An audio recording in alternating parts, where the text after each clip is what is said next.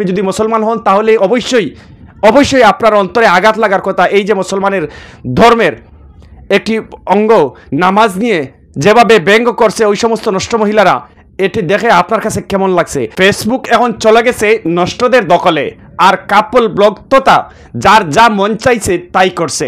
দর্শক, আপনারা দেখতে পাচ্ছেন একটি ভিডিও ক্লিপ। অনতিবিলম্বে ওই সমস্ত নষ্ট মহিলাদেরকে গ্রেফতার করে আইনের আওতায় আনা হোক, কেননা ধর্মীয় অনুভূতির উপর আঘাত এনেছে তারা।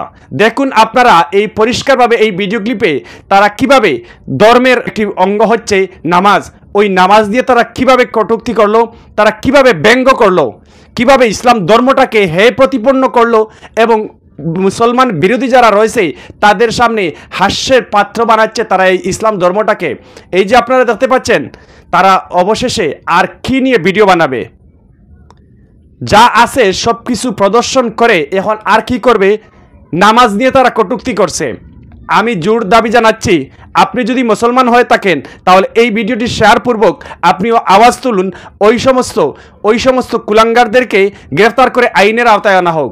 মুসলমানের অন্তরে আঘাত এনেছে, এই যে নামাজ নিয়ে কটূক্তি করেছে, এটি আমার ব্যক্তিগত বিষয় নয়, এটি আপনার ব্যক্তিগত বিষয় নয়, এটা মুসলমানদের আঘাত করে দিয়েছে। মুসলমানদের অন্তরে কি বলবো, কথা বলার ভাষা হারিয়ে ফেলেছি। এই যে যেভাবে নামাজকে নিয়ে ব্যঙ্গ করেছে, এই দৃশ্যটি দেখে আপনার কাছে কেমন লাগছে? বারবার আপনাদের সামনে এটা রিপ্লাই করে দেখাচ্ছি।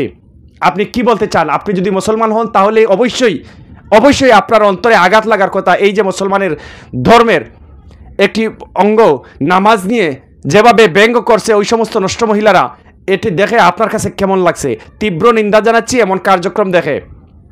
অনতিবিলম্বে এদেরকে গ্রেফতার করে আইনের আওতায় আনা হোক।